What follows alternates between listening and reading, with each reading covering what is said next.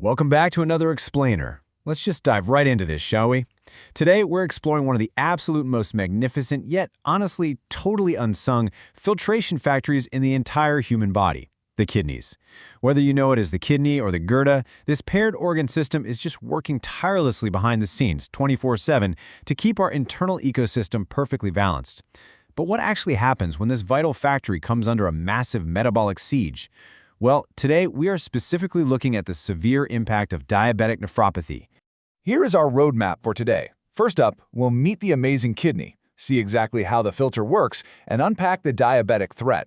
After that, we'll dive into the mechanisms of damage, ask if you're at risk, and wrap up by discussing how to manage and protect these vital organs. Let's get to it.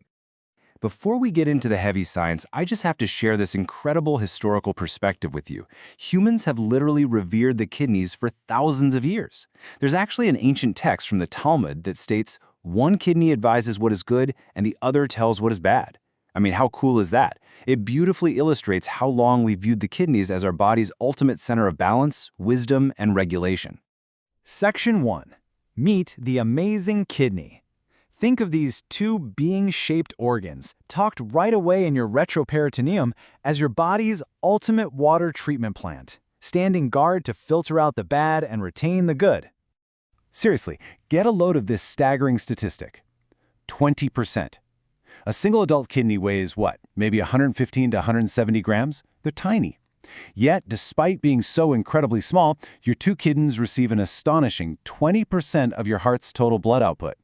This massive blood supply is a huge clue to just how demanding and vital their continuous filtration job is for keeping you alive. And you know, the Goethe is way more than just some simple waste disposal unit. It is a brilliant multitasking factory. Most people think, oh, kidneys just make about 2 liters of urine a day. But to do that, they actually filter a mind-blowing 180 liters of fluid daily. To put that into perspective, that's like filtering 92-liter soda bottles every single day. Beyond that, they actively regulate your long-term blood pressure, they balance your electrolytes and acids, and they even secrete vital hormones. For instance, they release erythropoietin to stimulate red blood cell production, and calcitriol, which is an active form of vitamin D to help you absorb calcium. Talk about heavy lifting. Section 2. How the filter works. Let's see how this factory controls the flow of fluids and manages blood pressure on a microscopic molecular level. In a completely healthy kidney, you've got perfect homeostasis. It's this delicate, beautiful balance of fluid volume and pressure that's maintained by structures called nephrons. But when diabetic nephropathy sets in, it fundamentally disrupts that pressure balance and completely damages those microscopic filters. In fact, it's the leading cause of end-stage renal disease, or ESRD, which is the point where the kidneys can literally no longer support life without dialysis or a transplant. Moving on to Section 3, the diabetic threat. Now we need to introduce the primary villain of our story. Diabetes doesn't just raise your blood sugar, it acts as a massive systemic stressor that forces the kidney's delicate factory into a really dangerous state of overdrive. To put the sheer scale of this threat into perspective, roughly 35% of all diabetic patients, that is more than 1 in 3, are going to develop diabetic nephropathy. And remarkably, the literature points out that this can happen regardless of how well some of them control their blood glucose. It is a massive, life-altering complication for millions of people. Now, the truly terrifying thing about diabetic nephropathy is its silent, steady progression. It's stealthy. Early on, a patient might have completely normal urine, a phase called normoalbuminuria. But over the years, as those filters take a beating, tiny amounts of protein, specifically albumin, begin leaking into the urine. We call this microalbuminuria. And if it's left unchecked, it progresses into macroalbuminuria, where you see heavy protein leakage. And eventually, it leads straight down the dark path to end-stage renal disease. Section 4. Mechanisms of kidney damage. So, what's actually happening on a molecular level during those years? We need to understand exactly how high blood sugar lays siege to the kidney's intricate filters. The source literature identifies 4 primary siege engines that diabetes uses to attack our water treatment plant. Number 1 is hyperglycemia, or high blood sugar, which literally forces the kidneys to overwork, causing hyperfiltration. Number 2 is the overactivation of the RAAS system, which regulates blood pressure. This creates a dangerous spike in a hormone called angiotensin II, cranking up the pressure inside the filters. Number 3 is oxidative stress. And number 4 is chronic inflammation, which is driven by advanced glycation end products, or AGEs, and aggressive inflammatory cytokines.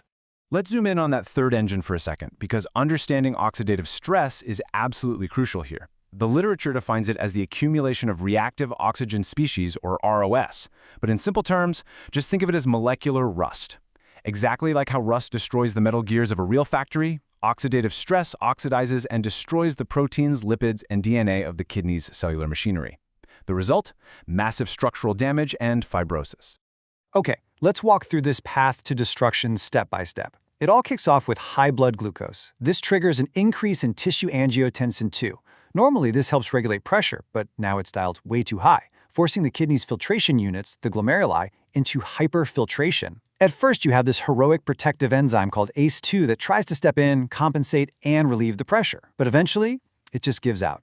ACE2 expression drops, the protective mechanisms fail, and you are left with irreversible endothelial damage and severe scarring, known as fibrosis.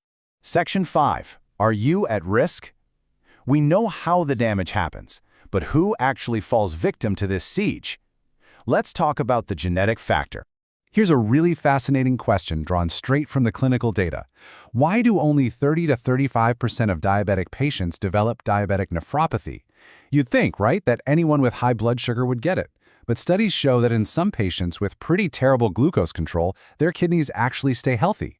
Meanwhile, in others with excellent control, nephropathy still develops. How on earth is that possible? Well, the answer is hiding right in our DNA. The research highlights a massive genetic factor at play here. Specifically, it boils down to variations in the ACE gene, clinically known as the ACE-ID polymorphism. If you happen to carry the D allele of this gene, your body naturally has higher systemic and renal ACE activity. That makes your kidneys much more vulnerable to the pressure cooker environment of diabetes.